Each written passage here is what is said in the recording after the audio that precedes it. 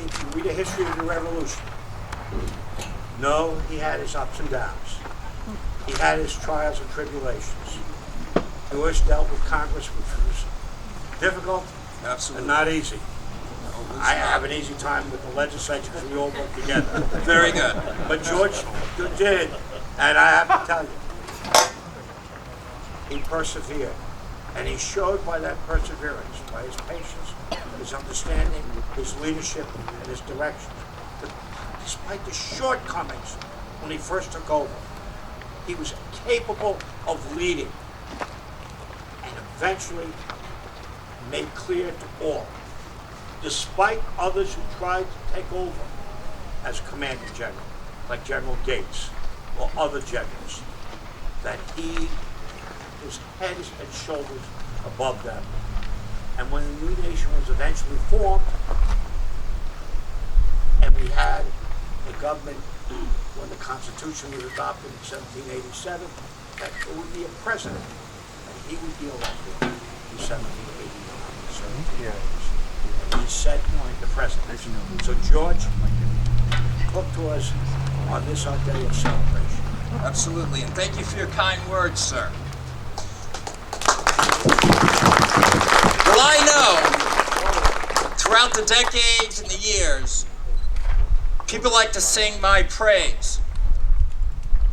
I'm not a superhero like you have in your modern world. What I think of as the 75,000 men who fought for our independence in rotation for 8 long years. Sure, I left my home on May 6th, 1775, to sit there before Congress, sitting there trying to be unassuming in that doorway, till they made me commander-in-chief of this army. I knew full well I'm going to do my best. Am I the best tactician? No. But I was able to keep this army together. But think about 75,000 individuals. Whether they were coopers, cordwainers, tailors, shopkeepers, farmers. These are the men that fought for our independence. 8 long years of hardships. Sure, I'm wearing a nice, beautiful uniform in your eyes before you. The one that was created by an indentured servant on my property from England by the name of Andrew Judge. But it was out of my own expense. I think about those long years, especially the early years in the war, where most of the men didn't have uniforms. If you're a farmer, you're wearing your hunting smock. Whatever trade you have, whatever type of clothing you have, whether it is a fine gentleman's suit or not, these were the early uniforms. We didn't have armaments, short on muskets, short on gunpowder. Our good friend John Adams can tell you the stories that he writing to his dear wife Abigail about the need for gunpowder. No muskets. You're a farmer, bring your musket with you when you enlist in the army. Occasionally we'll give you a little extra bounty for that. Think about the early years of the war. Think about the largest battle that took place on the western coast of this island that most of you call the Battle of Brooklyn, the Battle of Long Island.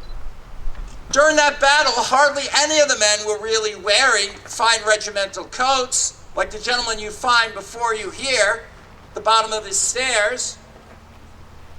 Some were carrying pitchforks and flailing sticks to train, so we don't damage the muskets we have, so we don't waste the gunpowder. It was an 8-year struggle.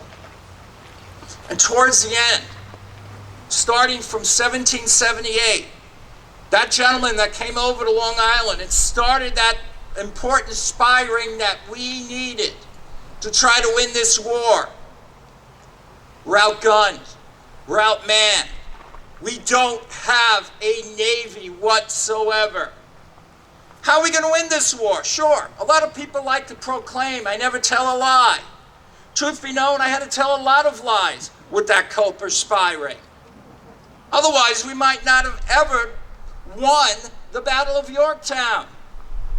The British felt very secure in the summer of 1781.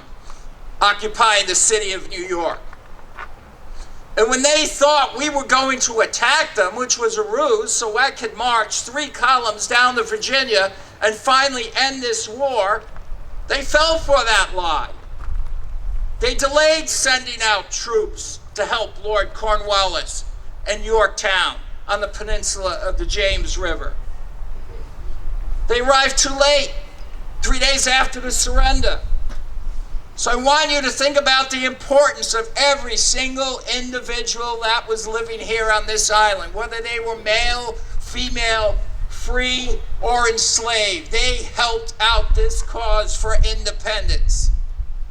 8 years it took to gain our independence. Did it end at Yorktown? No. I was still in negotiations with Sir Guy Carleton in the city of New York about when the British are going to leave and when are they going to take their 35,000 loyalist friends with them. I first met him in May of 1781 when we had a meeting in what today is called the 1776 House. Back then it was called Maybe's Tavern in the village of Old Japan. And there were hard discussions. I'm trying to negotiate with the British. But finally, the day when they left, November 25th, 1783, our evacuation day. And the last thing, the last British warship, the flagship of Sir Guy Carleton saw when he left New York Harbor on the 5th of December of 1783 was a very large Liberty pole. And that Liberty pole was on the western coast of this island, which you refer to as Brooklyn, in the village of New Utrecht. And it was a large American flag. A very bold statement we made. But I want each and every one of you to remember the importance of this anniversary that you are celebrating now.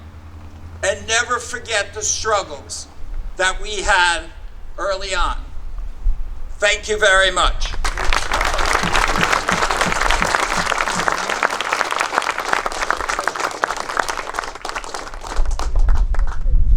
At this time, we'd like Megan Adamo to come up here. She's going to say, God bless America.